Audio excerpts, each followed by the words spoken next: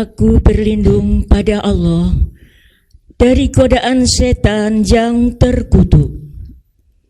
Dengan asma Allah yang Maha Pengasih, Maha Penyayang.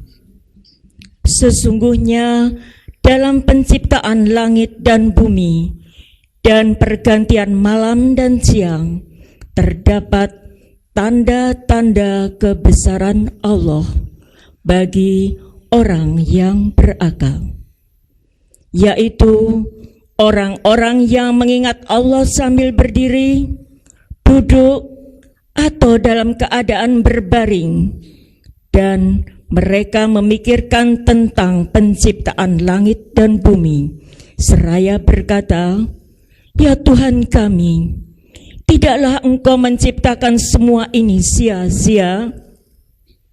Maha suci Engkau, lindungilah kami dari azab neraka. Ya Tuhan kami, sesungguhnya orang yang Engkau masukkan ke dalam neraka, maka sungguh Engkau telah menghinakannya, dan tidak ada seorang penolong pun bagi orang yang zalim. Ya Tuhan kami, sesungguhnya kami mendengar orang yang menyeru kepada iman, yaitu, berimanlah kamu kepada Tuhanmu, maka kami pun beriman.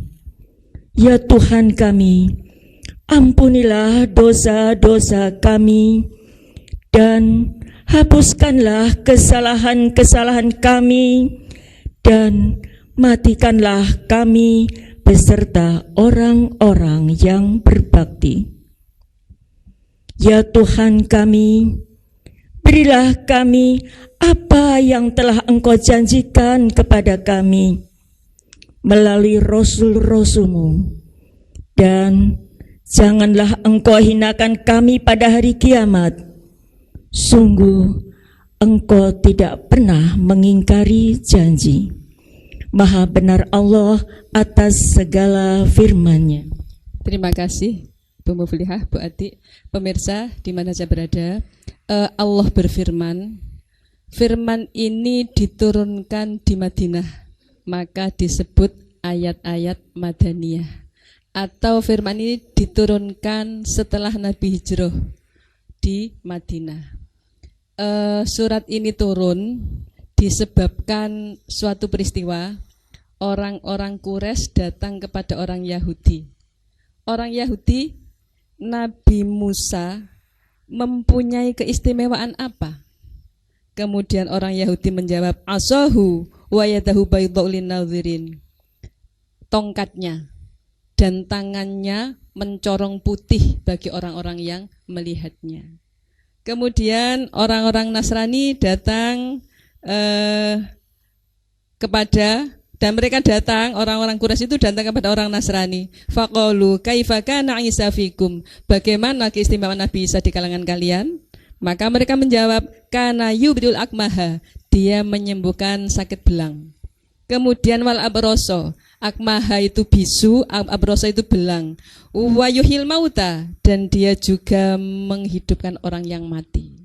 Kemudian fa'atau an-nabiyya, mereka datang kepada Nabi Muhammad sallallahu alaihi wasallam. Faqalu, mereka berkata, ud'u, doalah, mintalah lana untuk kami. Yaj'al, agar Tuhanmu menjadikan lana untuk kami as-sofa zahaban, gunung Sofa jadi emas. Muhammad, mintalah kepada Tuhanmu supaya gunung Sofa menjadi emas. Kira-kira bagaimana jawaban Nabi Muhammad? Kemudian Nabi Muhammad berdoa, fada'a rabbahu, lalu Nabi Muhammad berdoa, ya Allah, orang-orang Quraisy ini minta ya Allah Sofa dijadikan emas. Fanazalat, maka turun ayat ini. Inna fi khalqis samawati wal ardi wa ikhtilafil laili wan nahari laayatil liulil albab.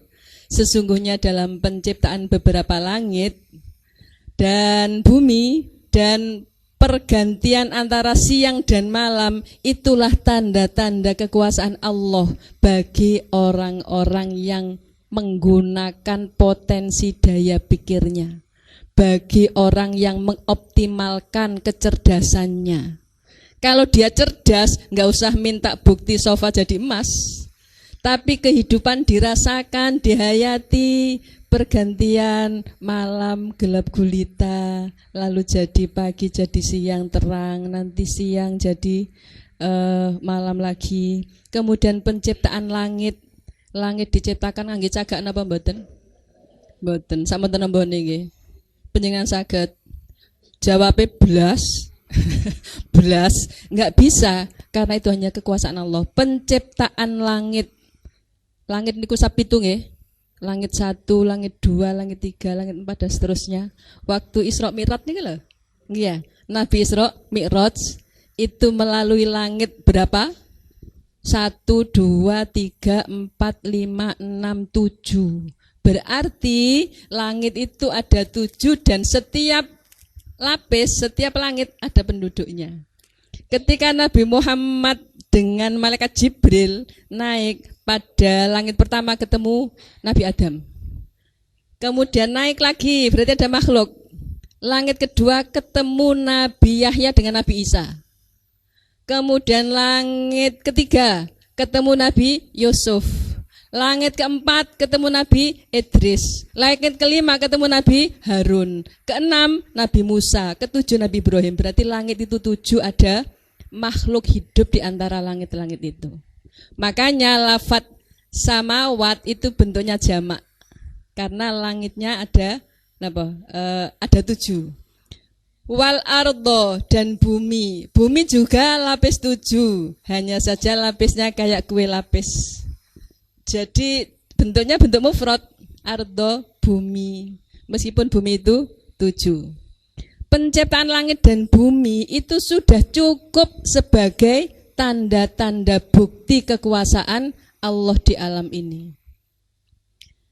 Kalau kita mikir, ya Mas, mikir bumi enten gununge. Gunung niku rupane napa to? Napa rupane? Nek teko adon dadi ijo napa biru? Napa teko adon ketok biru nggih? Nek dicedheki ijo lawit-witane.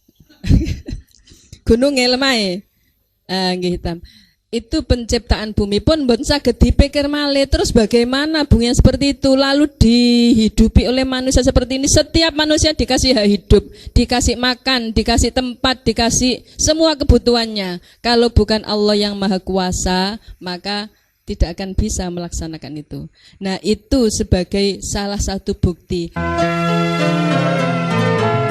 betapa Allah niku Maha Kuwasa dengan menciptakan langit dan bumi, perpindahan siang malam. Saat ini penciptaan manusia mawon.